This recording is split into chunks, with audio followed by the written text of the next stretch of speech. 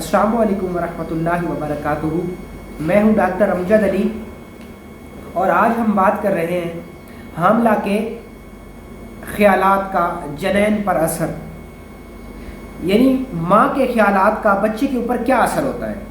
ये बड़ा ही दिलचस्प टॉपिक है और इसका बहुत ज़्यादा गहरा इफ़ेक्ट है बच्चे के ऊपर और उसके प्रैक्टिकल लाइफ में भी। आम तौर पे माँ जो सोचती है दौरान हमल, माँ जो सोचती है, दिमाग उस सोच को स्पाइनल कार्ड के ज़रिए बच्चे में ट्रांसफ़र कर देता है। शायद आपको ये बात मज़ाहिका खेज़ भी लगे, हमारे औलिया अल्लाह और सालिहीन में बहुत सारे बुज़ुर्गान दीन ऐसे हैं, जैसे हज़रत हाफिज़ जमालुल्लाह मुल्तानी रहमतुल्लाह ताला अलैह। आपकी माँ कुरान पाक पढ़ती रही।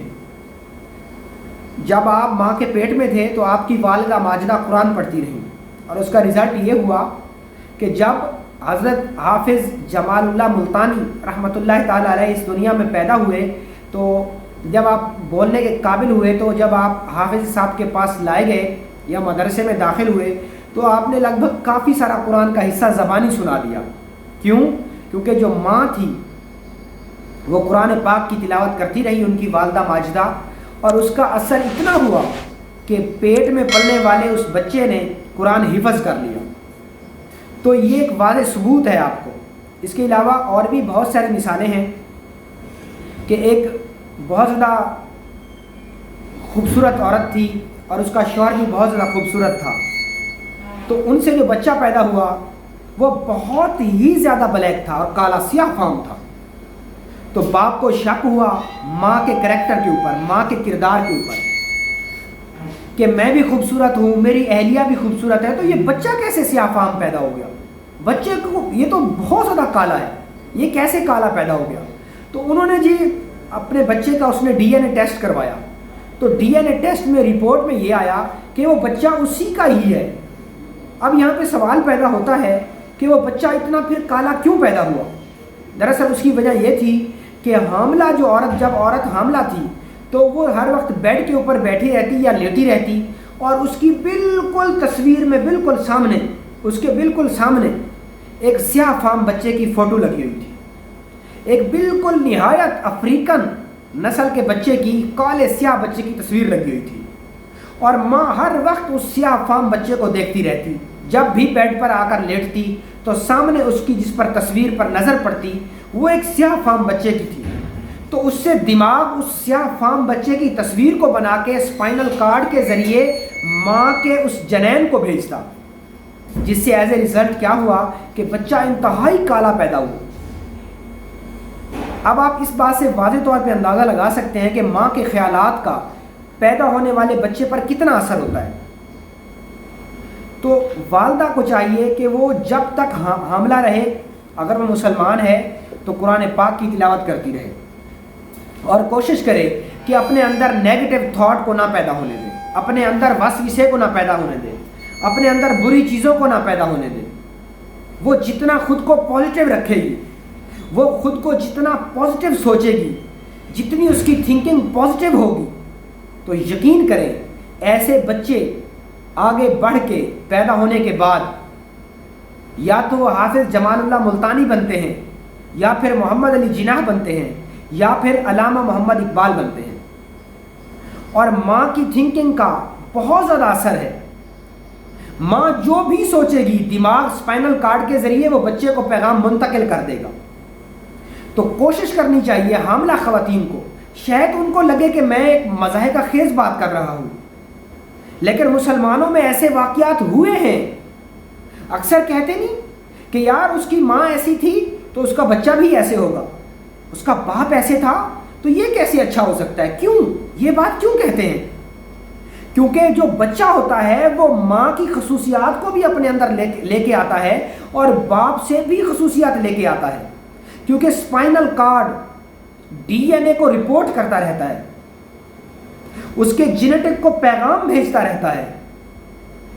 आपने अक्सर देखा होगा कि अगर बाप का नाक लंबा है तो पैदा होने वाले बच्चे का भी नाक लंबा है।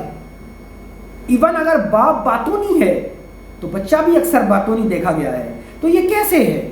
کیونکہ جو بچہ ہے وہ ماں اور باپ دونوں سے خوبیاں اور خامیاں کا مکسچر بن کے اس دنیا میں آتا ہے. تو اسی لیے کوشش کرنی چاہیے، خصوصاً ماں کا زیادہ ایفیکٹ ہے، خصوصاً ماں کا بہت اثر ہے. ایک بہت بڑے مفکر کا قول ہے کہ اگر تم مجھے ایک اچھی ماں دے دو تو میں تمہیں ایک اچھی قوم پیدا کر کے دوں گا، میں تمہیں ایک اچھی قوم بنا کر دوں گا. کیوں کہا جاتا ہے کہ ماں جو ہوتی ہے، ایک ان پڑھ ماں ایک ان پڑھ قوم کو جنم دیتی ہے، اور ایک پڑھی لکھی ماں ایک پڑھی لکھی قوم اور معاشرے کو جنم دیتی ہے. ماں کی سوچ کا بہت گہرا اثر ہے، کیونکہ جب ہم سوچتے ہیں تو ہمارا دماغ اسی طرح کی تھاٹ کو لے کے اسی طرح کی جو ہے نا ریز بنانا شروع کر دیتا ہے. اگر ہم پازیٹیو سوچتے ہیں تو ہمارا دماغ اور جسم پازیٹیو ریز کریٹ کرتا ہے، اور اسی طریقے سے اگر ہم نیگیٹو سوچتے ہیں تو ہمارا جسم نیگیٹو ریز بناتا ہے. تو اب مجھے یقین ہے کہ انشاءاللہ العزیز آپ کو سمجھ آ گئی ہوگی کہ ماں کی تھنکنگ کا جنین پر کتنا اثر ہے، یا پیدا ہونے والے بچے پر کتنا اثر ہے.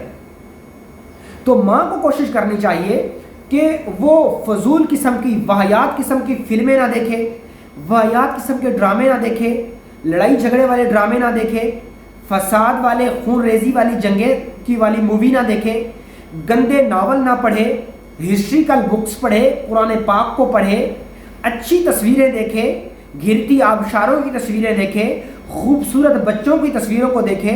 بلکہ میں تو یہاں تک ماؤں کو کہا کرتا ہوں، حاملہ خواتین کو، کہ آپ کی سوچ کا پیدا ہونے والے بچے پر اتنا ایفیکٹ ہے کہ جہاں پر آپ اکثر رہتی ہیں تو آپ کے پورے روم کے اندر خوبصورت بچوں کی تصویریں ہونی چاہیے، خوبصورت منظر کشی والی سینریز آپ لگا دیں، تاکہ ماں ان کو دیکھ کے دن بھر کی ٹینشنز کو ریلیز کر سکے اور اس کی تھنکنگ خود بخود جو ہے وہ پازیٹیو ہو جائے. تو اس سے کیا ہوگا کہ نہ صرف آپ کے بچے کا اخلاقی کردار بلند ہوگا، بلکہ آپ کا بچہ ایک اچھا مستقبل اور اچھا فیوچر لے کے پیدا ہوگا. کیونکہ ماحول کا اثر ہوتا ہے اور ماں کی سوچ کا بڑا اثر ہوتا ہے. اور ماں کی سوچ کیسے ہوگی؟ آپ کو پتہ ہے ہماری سوچ کا تعلق کس چیز سے ہے؟ ہماری سوچ کا تعلق ہماری آنکھوں سے ہے. ہم جو دیکھتے ہیں ویسا سوچتے ہیں. اگر ہم اچھی سینریز کو دیکھیں گے، ان سینریز کے اندر، ان چھوٹی چھوٹی فوٹو کے اندر نیچر اور فطرت اور قدرت کے مظہر کے منظر کشی کو تصویر کے اندر مصور نے بند کیا ہوتا ہے.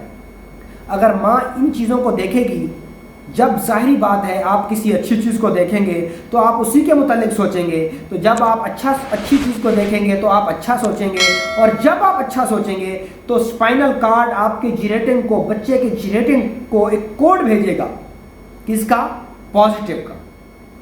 تو کوشش کرنی چاہیے حاملہ خواتین کو کہ بہت زیادہ سونا نہیں چاہیے اور بہت زیادہ فلموں اور ڈراموں میں اپنا وقت نہیں ضائع کرنا چاہیے، بلکہ آپ قرآن پاک دیکھیں، قرآن کی زیارت کریں اور مقدس مقامات کی زیارت کریں، ان کی تصویریں دیکھیں اور اچھی بکس پڑھیں اور خوبصورت پکچر کو آپ دیکھتی رہیں.